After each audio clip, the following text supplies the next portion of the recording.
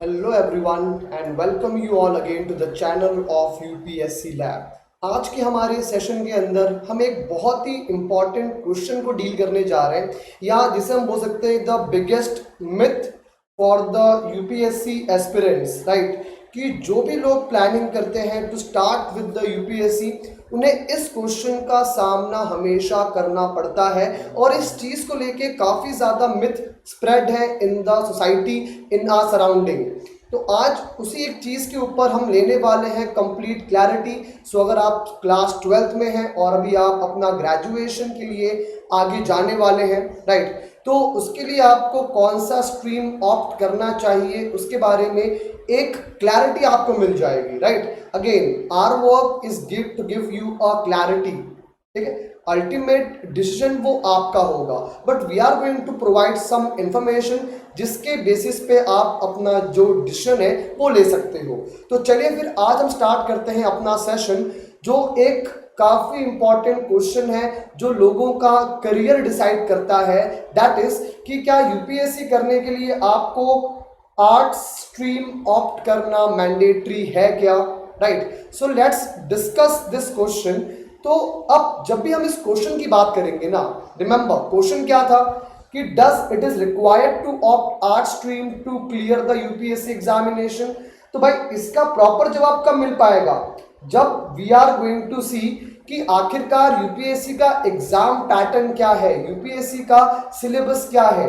Then only we can get a proper clarity कि हमें arts लेना मैंडेटरी है क्या, right. So let's start our discussion. अब जब भी हम बात करते हैं यूपीएससी एग्जाम के बारे में, राइट, वी ऑल नो कि यूपीएससी की जो पूरी एग्जाम है ये डिवाइड होती है 3 पार्ट्स में। Number 1 is your prelims, number 2 is your mains examination and number 3 is your personal interview, right. तो जब भी हम बात करेंगे इन तीनों ही आपके लेवल्स की, इन तीनों लेवल्स को क्रॉस करने के बाद ही आप बन पाते हो एक आईएएस ऑफिसर, और जो भी आपकी चॉइस होगी, आईएएस, आईपीएस, आईआरएस। तो फर्स्ट आपको देना होता है प्रीलिम स्टेज का एग्जामिनेशन, जो कंप्लीटली होता है एमसीक्यू बेस्ड, राइट, जहां पे आपको आंसर लिखना नहीं होता, जो ऑप्शंस दिए हुए होते हैं उनमें से ही किसी एक को चूज करना होता है, राइट। देन अगर आपने क्लियर कर लिया prelims examination, the next one is your mains examination, जो कि होता है आपका एक डिस्क्रिप्टिव टेस्ट, राइट। यहां पे आपको लिखने होते हैं आंसर्स 150 वर्ड्स में, 250 वर्ड्स में, एंड देन उसे भी क्लियर करने के बाद जो आपका आएगा stage, that is your personal interview, right. और एट द एंड जो मेरिट बनती है to select the officers for the UPSC examination, वो मेंस और पर्सनल इंटरव्यू के मार्क्स को कंबाइन करने के बाद एक बनती है मेरिट, राइट, जिसमें सिलेक्टेड कैंडिडेट्स जो होंगे वो बनेंगे इंडिया के one of the most prestigious officers. तो ये था एक बैकग्राउंड कि आखिरकार यूपीएससी एग्जाम का जो एक पैटर्न है वो क्या है। Now let's try to understand कि आखिरकार इन सारे लेवल्स पे, चाहे वो प्रीलिम्स हो या मेंस हो, उन लेवल्स पे जो होते हैं आपके क्वेश्चंस, उन क्वेश्चंस का नेचर कैसा होता है, ठीक है, और वो किन किन एरिया से बिलोंग करते हैं। तो first we are going to take the pattern of the civil services exam, especially your prelims, right. तो जब भी हम बात करेंगे about the prelims, as we all know, ये जो आपका पूरा टेस्ट है it is your completely MCQ based, right. और इसमें आपके होते हैं 2 paper, general studies 1 and general studies 2, जिसे हम सीसैट भी बोलते हैं। Now remember what we actually mean by general studies, right?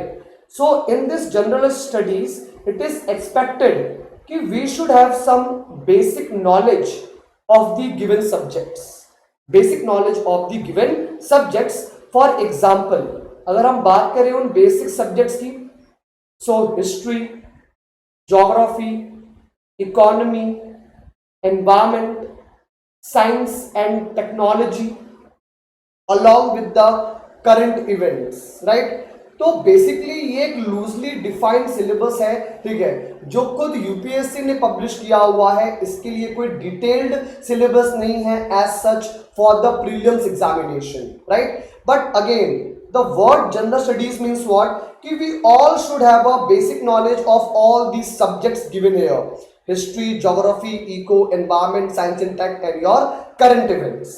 तो एक तो होता है आपका ये एक्सपेक्टेशन जहां पे आपके होंगे टोटल 100 क्वेश्चंस, राइट, और उसका टोटल मार्क होगा 200 और होगा पूरा ड्यूरेशन 2 आवर्स। एंड रिमेंबर यहां पर होता है नेगेटिव मार्किंग भी, राइट, कि जितने भी आपने क्वेश्चंस इनकरेक्ट मार्क किए हैं, राइट, उसके जो टोटल नंबर है वो डिडक्ट होंगे आपके करेक्ट क्वेश्चन से, right. That is your general studies 1 के बारे में।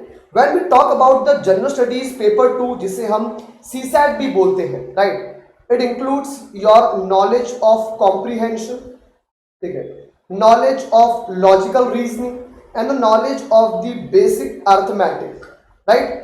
तो जब भी हम बात करेंगे जनरल स्टडीज टर्म का, it clearly means you just required a basic knowledge. तो GS1 में क्या था? The basic knowledge of the history, geography, eco and so and सो।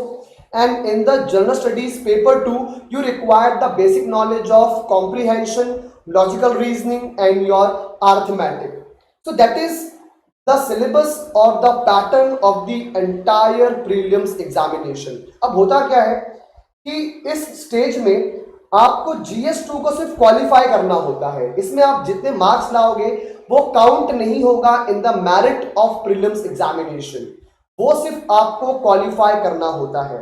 पूरा मार्क्स जो आपका होता है depend, it is based on your general studies 1, जिसके क्लियर करने पे ही आप सेकेंड स्टेज पे जा पाओगे। और अगेन यहाँ सिंपली आपको क्वालिफाई नहीं करना है, यहाँ पे आपको मेरिट क्लियर करनी है, राइट। तो इसीलिए क्या हो जाता है, the basics of history, geography, eco, environment, science and tech, it becomes too much important for clearing the prelims examination.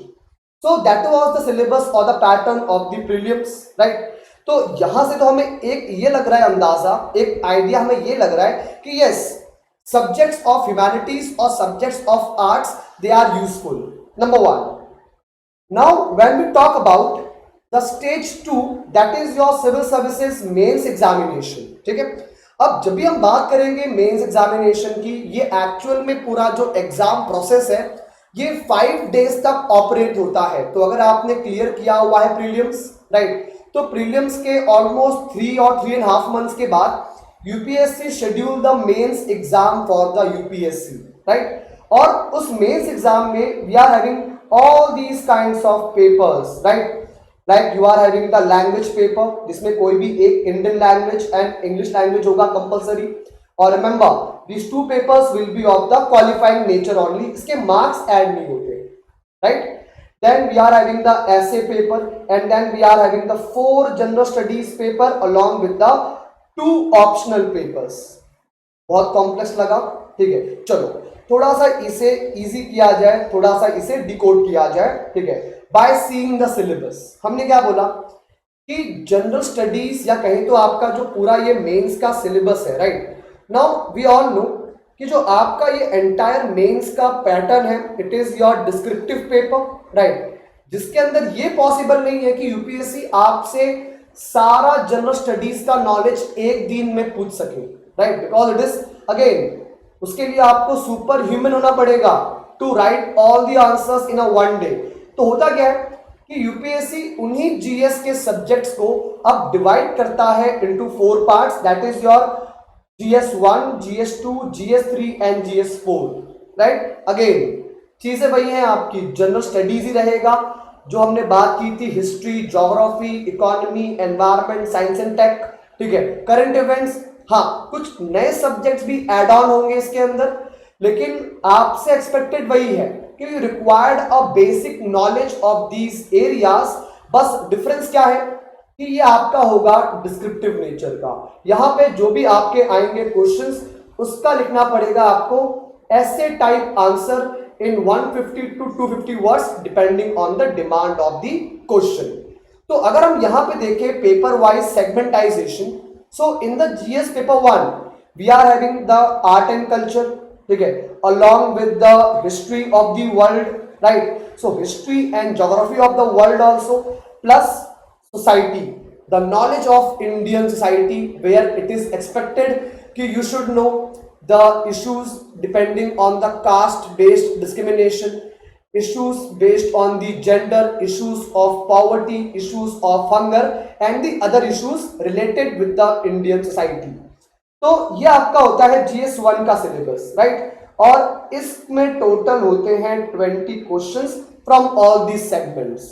Now same way we are having GS paper 2 जिसमें आपका होता है गवर्नेंस एंड कॉन्स्टिट्यूशन, ठीक है, along with the polity, then social justice and your international relations.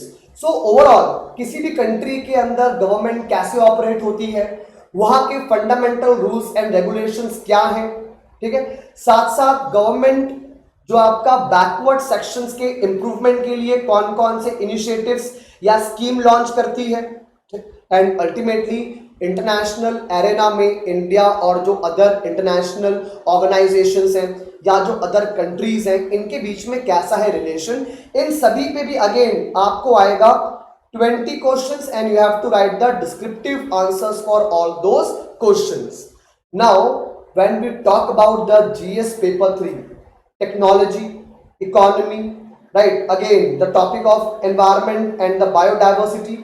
Plus, इसमें कुछ नए subjects आए हैं, like your internal security and the disaster management. Now, remember, you are not required to become an army officer here. You are just required to gain the basic knowledge about all these stuffs, right? And the pattern will be the same, 20 questions, and for each question you have to write the descriptive answer.